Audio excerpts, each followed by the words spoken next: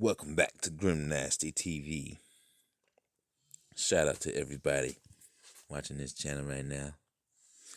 So, I want to get into the complex consciousness, the indivisible paradox of this consciousness that goes into itself consistently, in and out.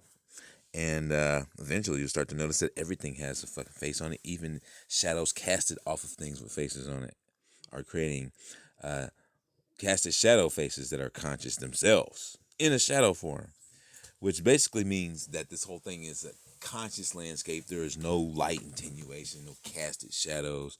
There's no spoon in your hand, nothing but a bunch of fucking light. You can bend that spoon if you focus enough. So, what are we going to look at here? We're going to look at these doodles, at the fact that these buildings are coming to life, all right? They're coming to life and they're expressing themselves. And like the trees, since the trees are always outside and they're more organic, they took on the first thing you'll notice that has a face is the trees, pretty much, because the trees are like alive and organic. But these things are inanimate objects, and they all have the light signature to go across them. They're just less expressive until you cross over a certain threshold. So it seems like they have a lot of the things that they're worried about in tandem blocked out, and you got to climb certain levels. Eventually you see more and more and more. And the last to be seen are the daywalkers. So they don't want you to see them that much. They want you to see everything else before you see them. So let's check out this building here. As you can see, that there is a series of yellow lights going across this building. And you also see that the middle part that's black in between the way it's shining up and bottom, that's the light itself, and it's casting light out of both sides of it. But if you take a really good look at it, it's just a character with sharp teeth, the two big eyes that are glowing. And the anatomical nature of it is so extreme that it looks like these teeth are like traditional long sharp teeth. They've got yellow at the gum line and it gets darker as it goes down. You understand? Is this shit is creating light attenuation to do something that is completely the opposite of itself, to form real like shark-like creature teeth that go across the building that look like real teeth with plaque on them. The yellow's like plaque. You know how fucking crazy that is? It couldn't possibly be pareidolia. It's like, if you see something like this and it looks too real, it just is. It just, it is what it is. It's not that. It's too anatomical. It's got eyes on both sides. The teeth are all straight. Everything's all, like fitting like you would see on a living being. And the shapes and the contours all match like it's all one character. So let's take a look at some more. All right. It's hard to see that one, but my signatures are getting so high that I can see them in their in the most craziest of forms. Let's see another one. This one might be easier. Yeah, I opened the car door and it started to smile. And that's the nose, and the door handles the nose. Absolutely astonishing. Literally, it was just a face looking at me with one eye open. I was like, holy shit, the door's alive. All right, so, bags, dirty clothes bags and shit like that will tend to smile. You can see there's a character in there. It's clear as day. This is going to be good for you because this will help you get the perception, that it takes to see. All right, so you got 3 of them here. And let's see if you can see it. See what I mean? This guy here in the packaging, unbelievable. Look at that face. It's really like super creepy because it's it's ketchup packets or whatever it is. And they express themselves too. This one's kind of like a pig.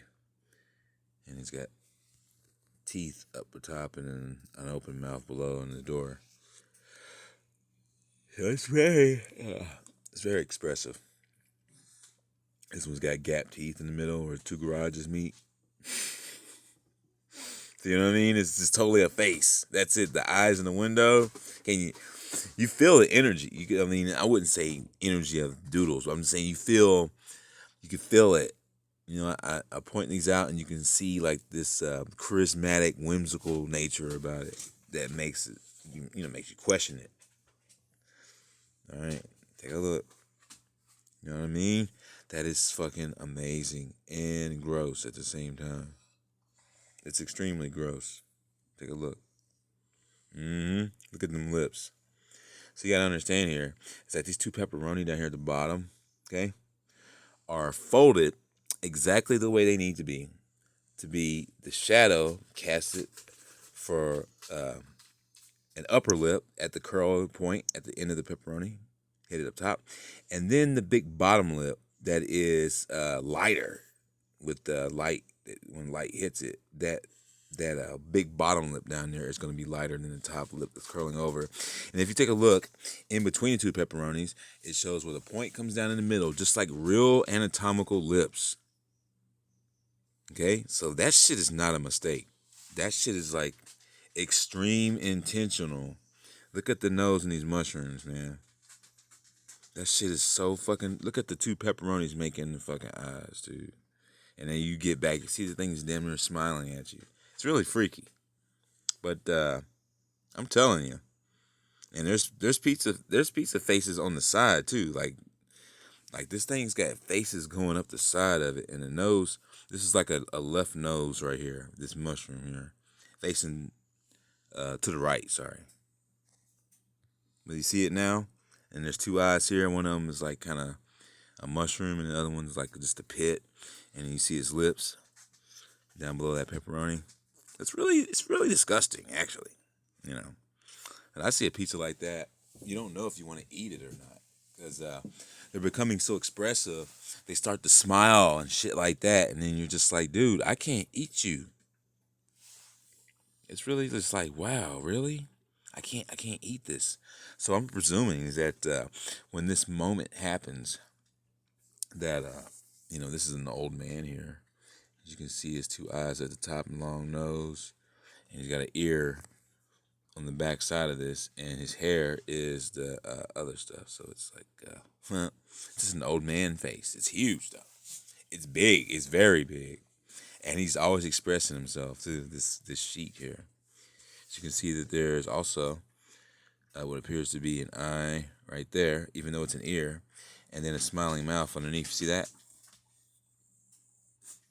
So if you zoom in quick, you see that there's a smile down below here, and there's an eye, but that's really an ear of this old guy over here, and the brown stuff around it is his hair, but it's also an eye and a face. Pretty interesting. It's kind of like a little Snuffleupagus character, but you can see them. They have a charismatic element that doesn't look like anybody of this world could design them. Like, it's extremely obscure and unique, and it's very creative, done in ways that seems impossible. So take a look at this pizza here. Has the same type of attributes as the whole pizza that I showed you before. It also has facial features and structures like Mr. Cheeks. The mouth is open. It's kind of like a baby's mouth. And then you can see here he's got cheekbone up the side here that's in like a V shape. And even what appears to be a little mole there on the left, right over there on the left. So what I'm saying is that that's two eyes, a nose, and mouth facing to the right. You understand? I pulled that pizza out, and it had a face like that, and then it was like extremely charismatic and cute even. Like, I'm like, damn, this is a cute ass piece of pizza. It's weird.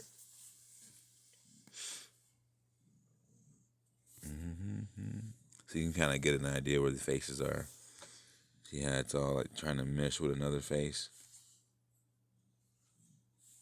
Like an old man meshing with a smiley gray face. It was the most simplest of things.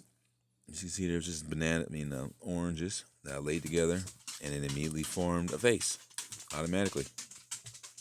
So there's nothing you can do about it. At the end of the day, if everything that you do turns into one of these characters, then you would be doing a bottom line to this whole thing.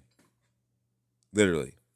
Like whatever it is that you do, like make a pizza that's alive, anything like that. If this being turns around and says, "Hey, this is what you're gonna do next," then chances are you're probably gonna do it. It doesn't even matter if you have free will or not, because it seems like everything that you do, this being already has to drop on you, coming and going, sideways, left, cat corner, goddamn, triangular, whatever. Like any angle you come with, she's seen it already, and as a result, look at the motherfucker smiling. I'm telling you, it smiles. So this piece here would be part of that smile, and then this other black piece would be part of that smile. Let's just take a look. See what I'm saying? Is that there's a signature that goes across the contours, and it will express itself and make itself smile based off of what extra is lying around that it can grab, and it grabs these extra shapes, and it says, "Hey, I'm doing this now too. Now I'm smiling. Now I'm happy." It's like, oh my God. And it will smile through the photographs in the phone, because the media itself is a conscious space. It's everything's like a big giant astral space. You get on a computer, there's an astral space, seemingly creating the internet. That's more elusive than that. You dream, you're in an astral space. Close your eyes, you're in the astral space. You living in a place that has overlays, that has astral spiritual type of electrical perception that shows you what's going on. And it looks like it's layers of astral space laid on reality. That's how I see the rat thing. I'm pretty sure I seen him the other day. Yeah, there's demons in here. There's big ass monsters in here. So you want to sun gaze so you're not afraid of these monsters. Or the fact that you got food that looks at you and smiles. It's not going to be good for some people in here that don't sun gaze. They see all this stuff. You're going to lose your goddamn mind. You're going to lose your mind. Like you're going to you're going to throw up or whatever the fuck, you know. So watch the Twilight Zone. No, Tales from the Dark Side. Love Hungry episode. You will see this woman got some divine feminine glasses from some lady that was in her life from back in the day. She puts his glasses on, her food comes to life and starts telling you, "Hey, what would you like if we started trying to eat you?" And I'm just like, are you serious? Is that how far it goes? Well, we're going to find out, because on Grimnasty TV, as I get closer to blowing this top, I am wearing what feels like a deflated chef's hat. Tomorrow I'm going to fill up this capacity, push forth again, and try to break the pineal gland open to go into this realm 100%. And we will be able to expose everything that is hiding from us, and we'll be able to have the benefits of this world, everything that is to offer. And I have apparently been appointed to take all these different skills and all this stuff that's seemingly a coincidence that is not, and to use it to help you guys be free. And in the end, everyone's going to live happily ever after. And anyone that doesn't want this, you can go jump in a monster's belly whenever you want to. You don't have to live in bliss. We're going to take this motherfucker over, regardless if you like it or not. If your bottom line is the meaning of life and you guys are doing atrocities, you might think, "Hey, I'm playing my own game." Yes, you are using your free will to do something that's not right, that she probably thinks is fucked up. But at the end of the day, whenever she says this shit's going to end and you're still making doodles with anything you make, then you're not playing your own game. You know what I'm saying? Onward we go. Doesn't matter what we show, because she's got it sewed up for tomorrow. Stay tuned for more, because when we get awake, we stay awake.